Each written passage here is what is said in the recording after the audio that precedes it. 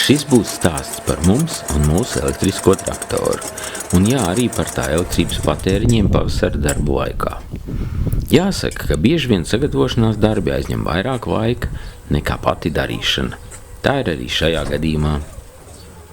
Sākam gatavoties sīpolu stādīšanai.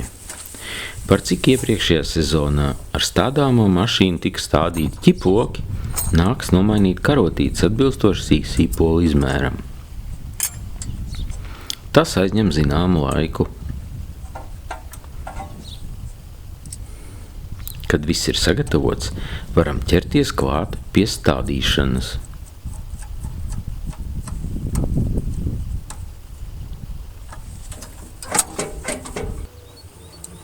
Kā parasti konstatējam, ka vajadzēja zemi labāk sagatavot.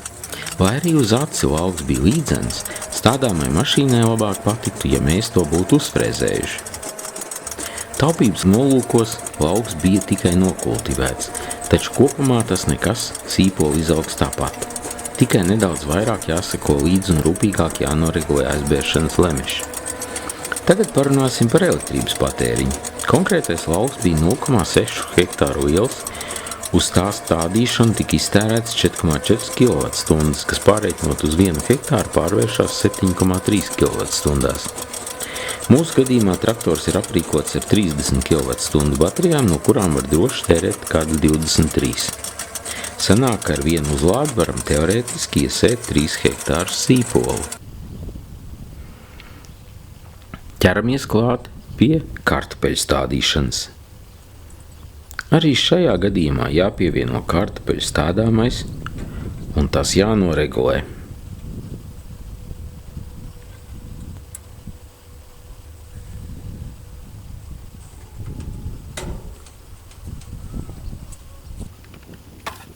No pagraba paņemam sēklas kartupeļus. Tie mums ir pietiekamā daudzumā. Kopumā mēs audzējam 10 dažādu šķirņu kartupeļus, taču sākam ar vinetu. Dodamies uz lauku. Pārliecinos, ka traktora piekara spēj pacelt agregātus pietiekami augstu, lai tas neietriektos zemē.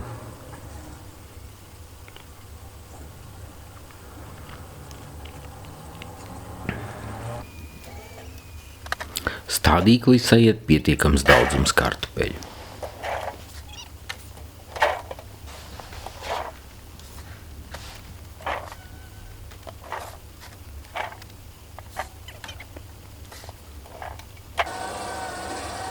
Kartupeļus uz ķēdes. Stādīklis paņem pat par daudz. Konkrētais stādīklis vagas pieber nepietiekami labi, taču par to mēs īpaši nebēdājam. Pēc nedēļas paredzētā vagošana arī pilnībā noformēs vagas. Elektrības patēriņš stādot kartupeļus sanāca 11,5 kWh, kas pārreikinot uz 1 hektāru pārvērš 19,2 kWh. Tā nu sanāk, ar vienu uzlādi varam apstādīt 1,5 hektārus kartupeļu. Tas ir pilnībā pietiekoši, jo ar šādu stādīkli dienas laikā nevar iestādīt vairāk, it sevišķi ņemot vērā, ka visu laiku ir jāpiegādā arī sēklas kartupeļu.